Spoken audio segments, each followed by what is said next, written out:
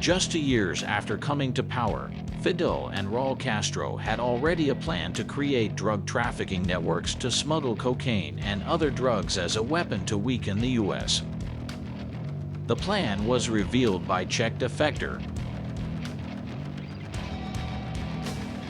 General Jansagina, who was the liaison between the Cuban intelligence and the Soviets and met Raul Castro between 1961 and 1968 to advance the drug trafficking strategies.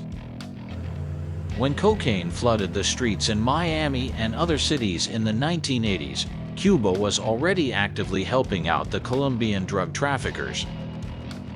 According to a 1982 indictment filed in the federal court in Miami, for high-ranking officers of the Cuban government worked with Colombian and American drug traffickers to smuggle into the U.S.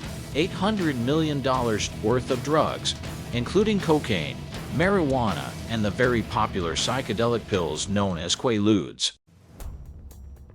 Among the officers accused were Vice Admiral Aldo Santamaria Cuadrado, a member of the Cuban Communist Party leadership, and the Cuban ambassador to Bogotá, Fernando Ravelo Renedo. None of them were ever tried for their crimes.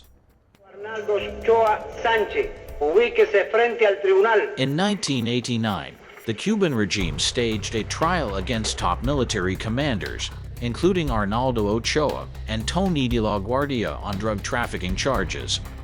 They were accused, among other crimes, of reportedly receiving more than $3 million in exchange for helping Pablo Escobar to smuggle tens of tons of cocaine into the U.S.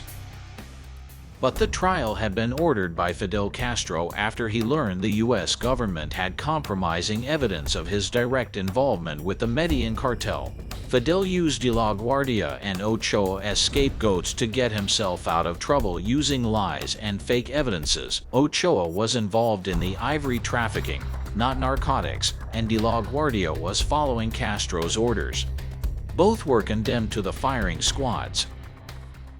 El intento de mezclar a Raúl en esta porquería. Eran unos hijos de puta.